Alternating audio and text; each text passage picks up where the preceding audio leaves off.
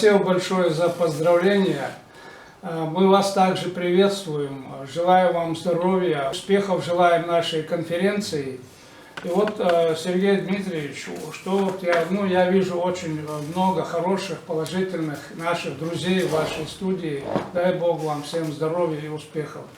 Значит, мне перед конференцией был прислан вопросник, и там была озвучена, то есть обозначена просьба не отвлекаться, то есть не отклоняться от вопросника. Поэтому вот я вопрос-ответ в таком плане подготовил свое выступление небольшое. Естественно, мы знаем, что языковой вопрос – это индикатор состояния общества. Это очень болезненный, очень тонкий вопрос. И мы знаем, что вы конкретно, Российский комитет ЮНЕСКО и ведомство Ольги Ивановны, и Институт языкознания Российской академии наук, в частности, Центр национально-языковых отношений, активно работают, продвигают идею сохранения и развития языков народов Российской Федерации. И вот из того вопросника, то, что касается нас, и то, что можно было бы обозначить, касательно вот всех вопросов, которые направлены, нацелены на сохранение языков. Что можно сделать? И я заранее вас прошу учесть, что все, что, допустим, мы скажем, это будет нацелено только на улучшение ситуации, на укрепление государства, на укрепление межнациональных связей в нашем большом великом государстве. Значит, вот один из вопросов был такой. Мало учебных часов на изучение родных языков. Действительно, их мало.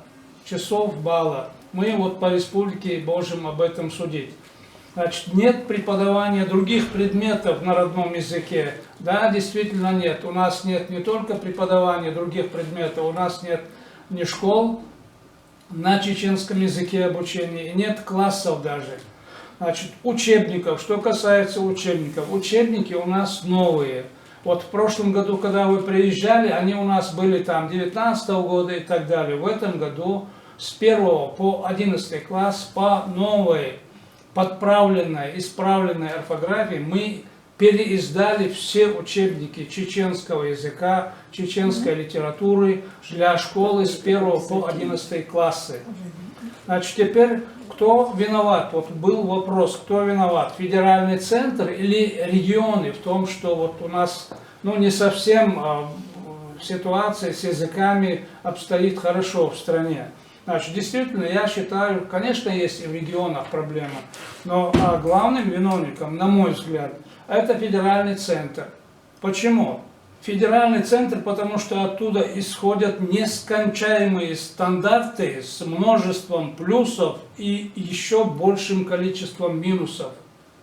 Мы не успеваем привыкнуть к одному стандарту, как следом приходит другой стандарт. И основное различие, как правило, это перестановки каких-то акцентов, в том, что там подпись не там надо поставить и так далее. То есть это макулатура и формальный подход. Но это на наш взгляд, извините, пожалуйста.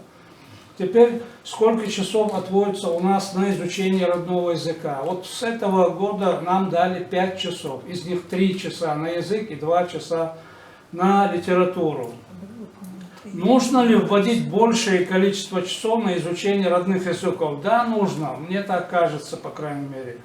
На какие предметы можно преподавать на родных языках, кроме языка и литературы? Можно историю до 8-9 класса, например.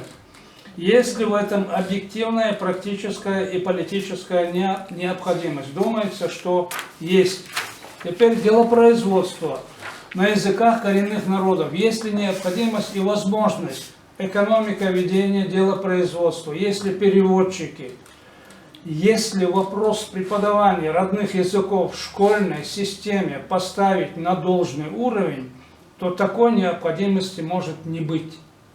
Дело в том, что языки не востребованы в должной мере, и поэтому изредка появляется вот такой вопрос. Вопрос с переводчиками. Кто и где их готовит? У нас никто нигде переводчиков с чеченского языка на русский и с русского на чеченский не готовит. Этим занимаются филологи, очень много проблем с терминологией, в частности, социально-политической, специальной и так далее. Теперь вот что касается определения, что такое родной язык. Вот там были предложены в вопроснике несколько вариантов ответов. На наш взгляд, предлагаемые варианты, по нашему мнению, не отвечают на основной вопрос. Из этих вариантов более подходит ответ «язык этнической общности». Трудно дать определение родному языку в нескольких словах, при том, когда и в теории языка нет общепризнанного определения человеческого языка вообще. Но мы полагаем, что у каждого ответ может быть свой. Вот, на наш взгляд, в общих чертах, национальный язык это, то есть язык это национальный, родной язык, это национальный язык, язык национальной культуры, литературы, фольклора, язык выразитель обычаев и традиций народа, язык предков. Вот приблизительно, по нашему мнению, вот мы можем сказать вот так. Происходит ли с утратой языка, утрата культурной самобытности? Конечно, происходит. Даже у нас вопрос не возникает, происходит или нет. Вот происходит. Что нельзя выразить на русском языке из того, что можно выразить на родном языке? Фольклор, фразеологию, паремиологию, обычаи, традиции, особенности быта, среды, одним словом, дух народа. Если остается только то, что можно выразить на другом языке, то этот народ, вернее уже население, становится своеобразной калькой.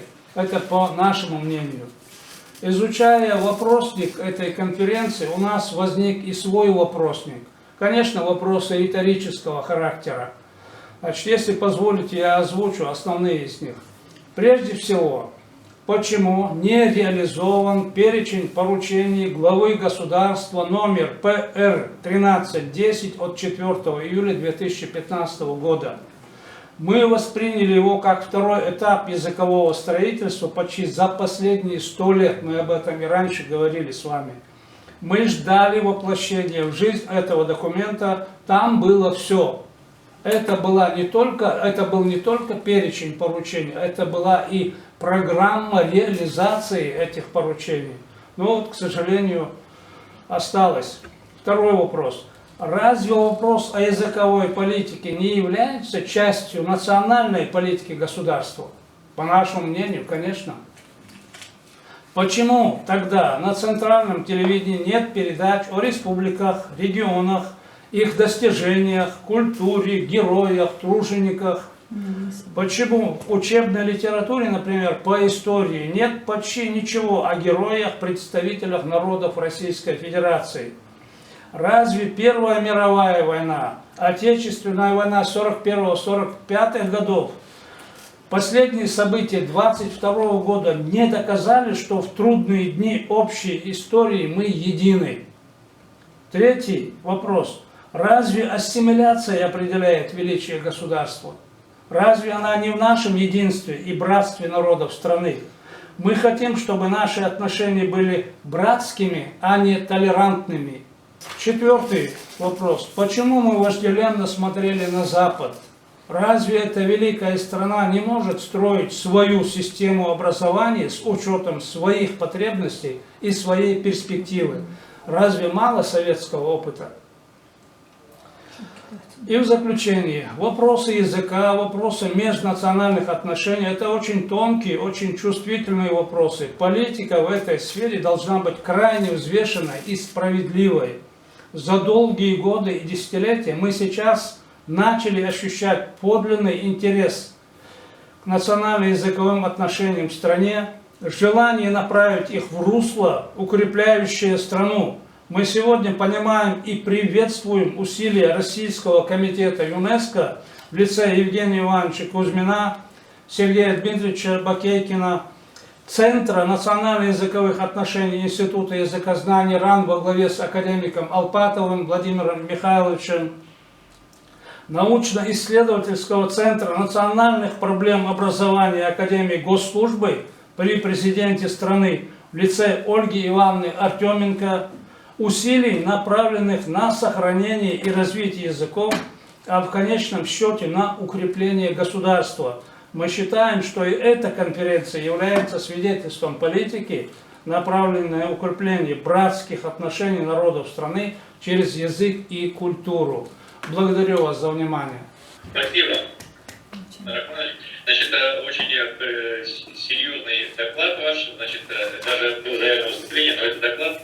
И, пожалуйста, вы пришлите нам свой вопросник, чтобы мы его использовали и дальше. А то, значит, мы только вам, так сказать, по своим поручениям даем, а с вашей стороны вот первый раз получили такое поручение. Я хочу поблагодарить всех докладчиков, всех выступающих в первой части пленарного заседания.